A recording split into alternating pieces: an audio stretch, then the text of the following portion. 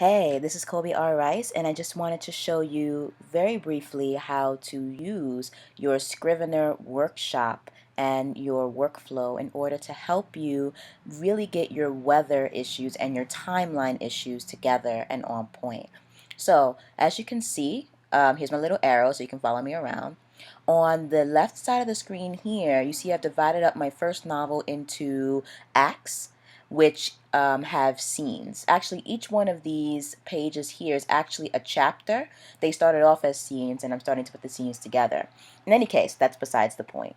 But if you look to the left side of your screen, you can see that you have your different scenes up available to you. And if you click into the top window of your Scrivener account, or your Scrivener software, you'll be able to navigate back and forth between your chapters and your scenes. So for each chapter I have here, I can access the text and be able to edit and move stuff around as I please.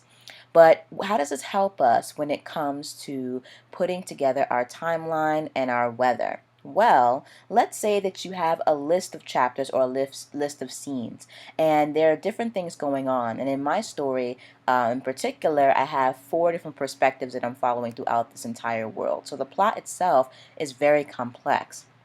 And in order to make this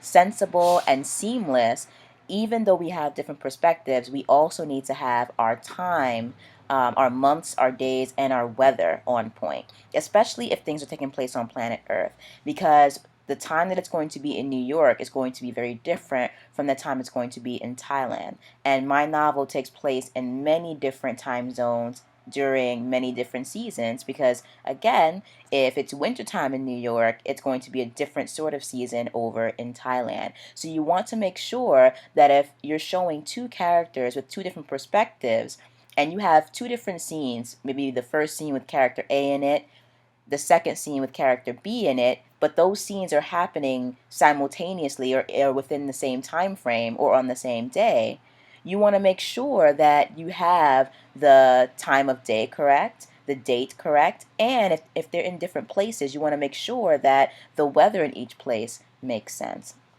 So we take our list of scenes here, okay? And we're able to edit our scenes whenever we want to navigate back and forth between them. In the bottom half of the window here, basically you have these lovely little note cards, and anyone who starts writing novels would probably have tried this out already in hard copy form, and I do suggest you do that if you don't want to use your Scrivener software. But Scrivener makes it so easy for us to integrate all the different parts of our workflow together so that we can use note cards and see our manuscript at the same time. So as you can see here, this chapter, the prologue, is also reflected down in this bottom half here as a note card entitled The Prologue. Okay, so if you guys are wondering exactly how to get around to that and see the note cards, let me just sort of click around here, make things look crazy. Okay, let's say you have no clue how to get to the postcard, or rather the note card section. Essentially, all you have to do is click in the window in which you want your note cards to appear. So if you want them to appear up here, you click up here. Down here, you click down here. I personally like having my note cards at the bottom. So I'm going to put my cursor here at the bottom, and then I'm going to select the act or that folder for which I want the note cards to appear. So all of these chapters here, as you can see, are under Act 1. If I want all of these note cards to appear down here, all I do is click Act 1. Boom. Okay? That's how you get your note cards to appear. On the other hand, let's say that you don't have any divisions like Act 1, Act 2, where you file things under folders, and you just have a list of scenes. Well, it's pretty easy to get that pulled up as note cards as well. You just click the window you want them to show up in. Then you would go up here and highlight all the scenes that you want to show up here. Okay, and they'll all appear at the same time.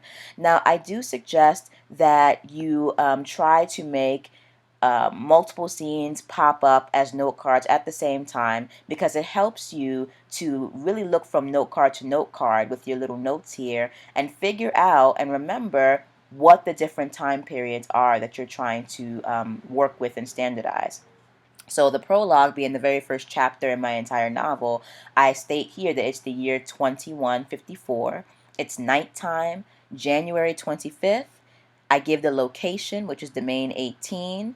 Where is domain 18? Well, it's former southeastern United States, which is right on the shared border of domain 18 and domain 5. You guys will find out more about those details later in the novel, but these notes are helping me. They're very internal. I also talk about the weather, okay, the weather being warm but with a chance of rain.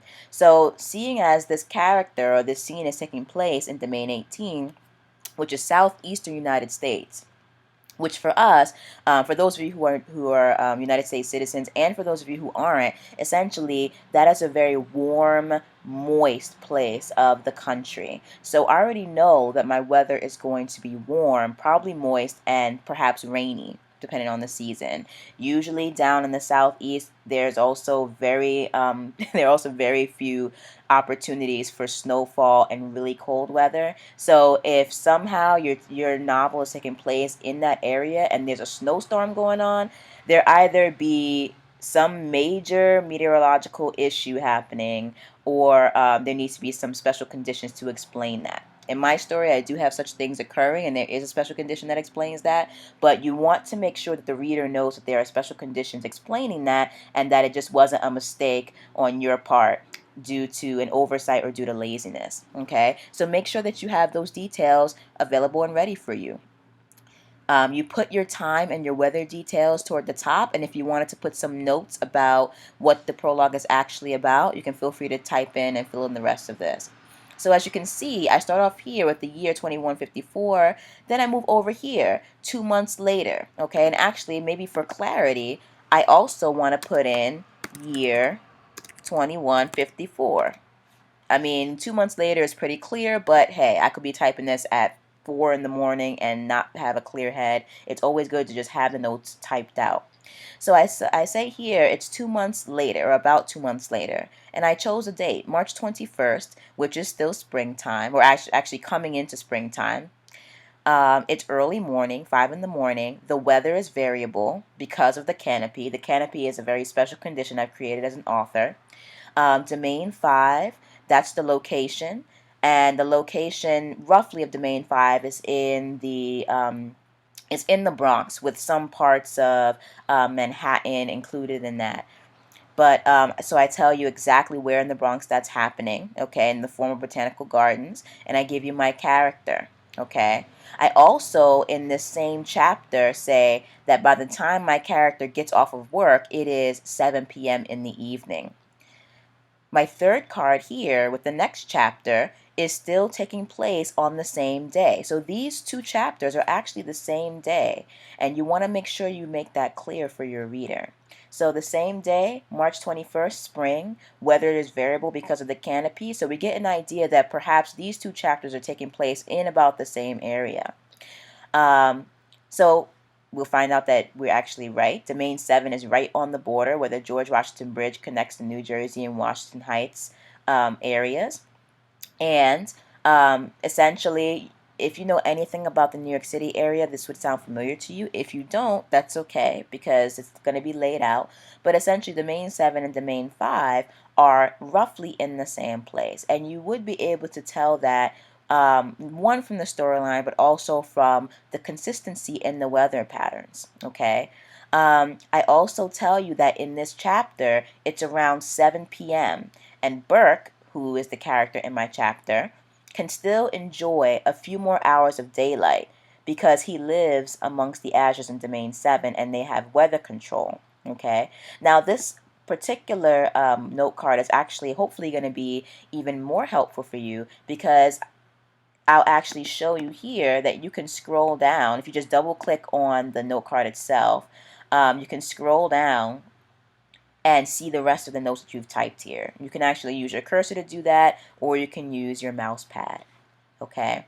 And then I do a little bit of explaining as to why it's still daylight around 7 p.m. in the spring. Because anybody who knows weather over here in the United States, at least, knows that in the springtime we still have shorter hours, shorter daylight hours, and you have to make sure that your story is making sense. Okay, so there is an explanation as to why around 8, 9, 7 p.m. daylight is still up and running, and you have to make sure that all those things are consistent throughout your story. So I hope that this has illustrated for you exactly how you can use Scrivener or your hard copy note cards to get your weather consistent and to get your timing consistent.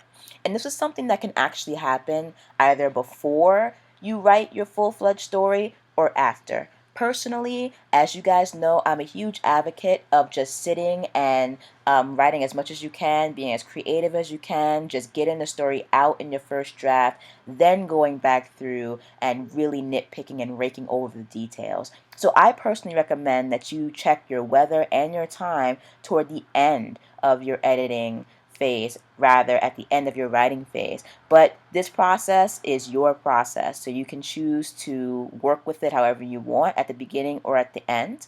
And hopefully this has been helpful. Thanks, and I'll see you in the next module.